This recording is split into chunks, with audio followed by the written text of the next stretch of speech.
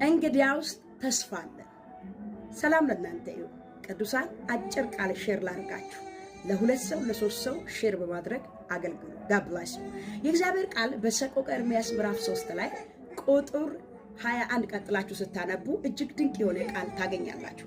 በዚህ በአዲሱ መደበኛ ትርጉም ላይ ያልጠፋ ነው ከእግዚአብሔር ከታላቁ ፍቅር የተነሳ ነው፣ ርኅራኄውም አያልቅም፣ ማለዳ ማለዳ አዲስ ነው፣ ታማኝነቱም ብዙ ነው ይላል። ክብር ለናዝሬቱ ጌታ ለኢየሱስ ይሁን። እንግዲህ ሰቆቃ ማለት መከራ ማለት ነው አይደል? ሁላችንም እንደምናውቀው ነብዩ ኤርምያስ በወቅቱ ከነበረው ከመከራና ከስቃይ የተነሳ ሕዝበ እስራኤል መታሰቢያቸው የሚቀር አልመሰለው። እግዚአብሔር ሕዝበ እስራኤልን ጨርሶ እንዳላጠፋ ባየ ጊዜ እንግዲያውስ ተስፋ አለናል። ለምንድን ነው ተስፋ ያለን ያለ? አንደኛ የእግዚአብሔር ቁጣ ለጥቂት ጊዜ ስለሆነ፣ ፍቅሩ ለዘላለም ስለሆነ። የእግዚአብሔር ቁጣ ለጥቂት ጊዜ ስለሆነ፣ ፍቅሩ ደግሞ ለዘላለም ስለሆነ።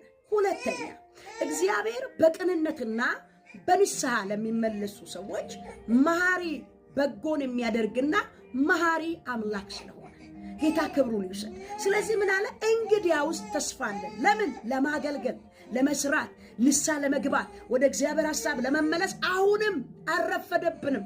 እስራኤል በአመጿና በድካሟ በጥፋቷ ምክንያት እግዚአብሔር ሕዝበ እስራኤልን ፈጽሞ ጨርሶ አላጠፋቸው። እግዚአብሔር ጨርሶ እስካላጠፋን ድረስ አልረፈደብንም። ለንስሐ ለመመለስ፣ ለመቀደስ፣ ጌታን ለመፈለግ አልረፈደብንም። ስለዚህ ምን አለን? ተስፋ አለን። አንድ ሰው ኮሜንት ላይ ተስፋ አለኝ ይበል። ሃሌሉያ።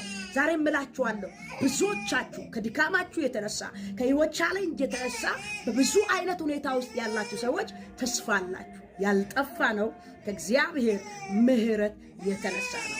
ርኅራኄው አያልቅም፣ ማለዳ ማለዳ አዲስ ነው፣ ታማኝነቱም ብዙ ነው ይላል። አሁንም ተስፋ አለ። ለአንድ ሰው ሼር አድርጉልኝ። ጋድ ብለስ ዩ።